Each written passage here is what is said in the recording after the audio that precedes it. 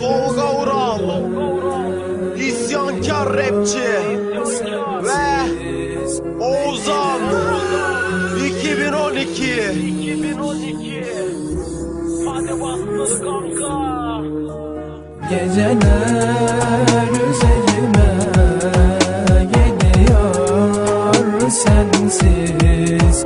Beni de al yanına, ölüyorum yine yar sessiz.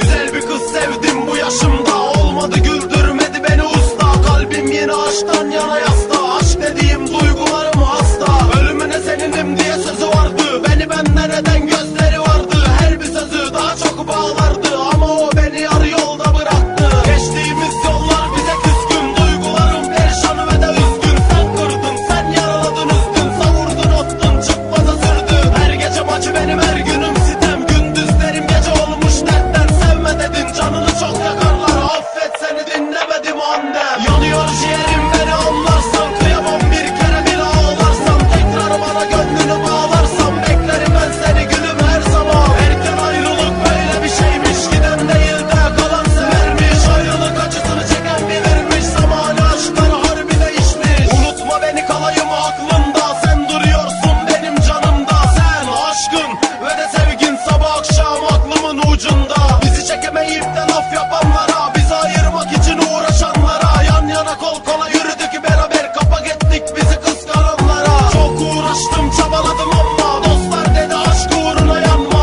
Uğruna ölecek birini sevmişim, boşver dostum sen bana bakma. Gizli gizli gözyaşı döktüm ben, beni böyle görüp üzülme diye sen. Erkek adam ağlamaz derler ya, onu diyen herkes halt etmişler. Gözlerim anan olmuş her yerde, sensizim onunla ben düştüm derde. Maziyi düşlerken birden ben gözlerime çekilir bir perde. Dayanamaz olduğum anla ve artık çık gel, bekletme bana da yazık. Dermansız dertlere esir oldum, geçen her gün bir kere daha soldum. Soldurma beni, çıkmaza koyma, sensiz günleri dertlere salma. Senin için atam bu kalbi de yorma, çık gel beni bir kere daha yıkma. Gör halimi sen, yeter üzme beni, dayanamam artık ağlatma beni. Eşlere dostlara güldürme beni, yaşarken artık öldürme beni. Senle hayatıma anlam katayım, zindan günleri aydınlatayım. Sensiz günlere bir çizgi atayım, senle hayata bağlanayım. Yüzümdeki son gülüşler senin için mi, bunu bilesin.